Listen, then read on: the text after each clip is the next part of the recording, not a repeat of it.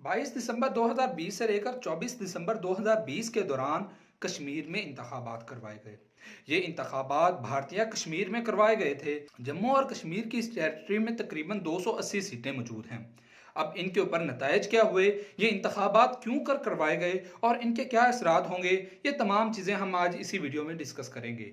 सबसे पहले तो बात कर ली जाए कि 280 सीटों में जीता कौन और हारा कौन। 112 सीटें तो गुपकार अलायंस ने जीती हैं, जिसका वाज़ेह मतलब है कि ये बर्तरी में है, मेजोरिटी में है।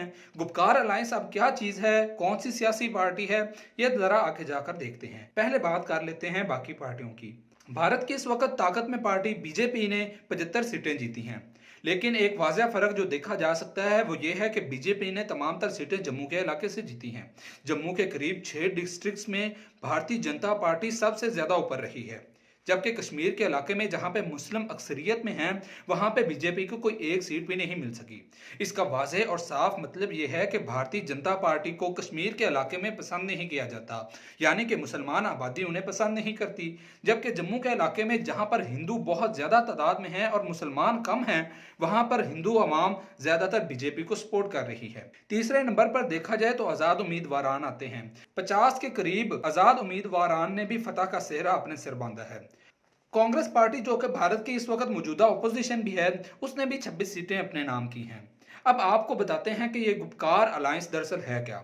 गुपकार अलायंस किसी एक भी सियासी पार्टी का नाम नहीं है, बल्कि ये एक गठ है, जोड़ है उन तमाम तर सियासी और छोटी मोटी मजहबी पार्टियों का जो कि कश्मीर में काम कर रही थी।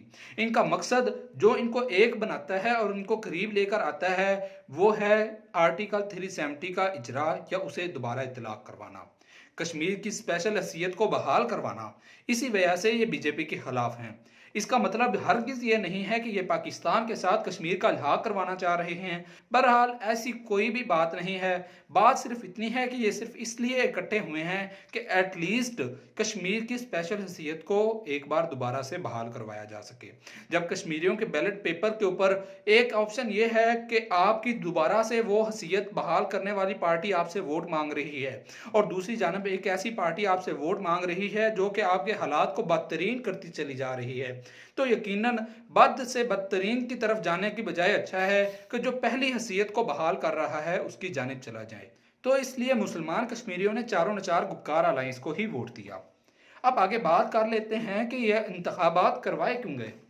भारतीय हुकूमत का एक बहुत ही बुरा चेहरा आजकल दुनिया के सामने आ रहा है। इसकी तमाम तर हमसायों से लड़ाइयाँ चल रही हैं, इसके हर जगह मसाइल चल रहे हैं और इकॉनमी का बुरा हाल है। किसानों वाले मसले को देख लिया जाए तो वो भारत के लिए एक नया दर्द-ए-सर बना हुआ है। दूसरी जानिब अब ये एक नए इंतखाबात करवाने का मकसद सिर्फ यही था कि कश्मीर का एक सॉफ्ट कॉर्नर दिखाया जाए, जहां पे भारत ने 16 लाख के करीब फौज को दाखिल किया हुआ है। उस एक वैली को ये जाहिर करवाना चाह रहे हैं कि वहां पे जिंदगी नॉर्मल तरीके से जिए जा रही है। अब आप खुद ही कंसीडर कर सकते हैं कि जहां पर लाखों में फौज हो, टैंक सड़कों पर दौड़ रहे हों, बम बारूद गिर रहे हो, रातों को कलाशनकोव की आवाजें आ रही हों, तो वो वैली क्या नॉर्मल जिंदगी गुजार सकती है। बहरहाल एक कोशिश थी नरेंद्र मोदी की और उनकी सरकार की कि एक सॉफ्ट कॉर्नर दिखाया जाए कि अब हालात नॉर्मल हो चुके हैं, लेकिन कश्मीर के लोगों ने ये वोट देकर साबित कर दिया है और जितवा कर साबित कर दिया है कि वो एटलीस्ट इस बात को ज़रूर चाहते हैं कि उनका स्पेशल स्टेटस कायम कर दिया जाए। हो सकता था कि अगर इसके अलावा कोई और बड़ी मुस्लिम पार्टी वहां पर बन जाती और कश्मीर की अलहदगी का मामला भी वहां पर सही तरीके से चलाया जा सकता होता तो शायद आज नतायज कुछ और होते। अब गुपकार अलायंस जीत तो चुके हैं, लेकिन आज़ाद उम्मीदवार क्या बीजेपी के साथ चले जाएंगे? अगर बीजेपी के साथ आज़ाद उम्मीदवारान चले जाते हैं तो इसका मतलब है कि बीजेपी के पास अक्सरियत आ जाएगी। अगर आज़ाद उम्मीदवारान गुपकार अलायंस के साथ जाकर मिल जाते हैं तो इसका मतलब है कि कश्मीर के ऊपर गुपकार अलायंस की हुकूमत होगी। फिलहाल तो ये अलायंस है, ये अलायंस कब तक चलता है और ये बीजेपी से कितनी को बातें मनवा सकते हैं ये तो वक्त ही बताएगा। बहरहाल एक बात तो तय है कि जब तक बीजेपी पावर में है, हुकूमत में है, वो कभी भी कश्मीर की स्पेशल स्टेटस को दोबारा बहाल नहीं करेगी। अब हालात किस सूरत में पलटा खाते हैं, तेल की धार किस तरफ को जाती है, यह आने वाला वक्त हमें बता देगा। आज के लिए इतना ही। वीडियो को ज़रूर लाइक कर लीजिए और चैनल को सब्सक्राइब कीजिए ताकि आने वाले दिनों में आपको ऐसी तमाम तर न्यूज़ जो कि सोशल मीडिया और दीगर प्लेटफॉर्म्स के ऊपर नहीं पब्लिश की जाती आपको मिलती रहें।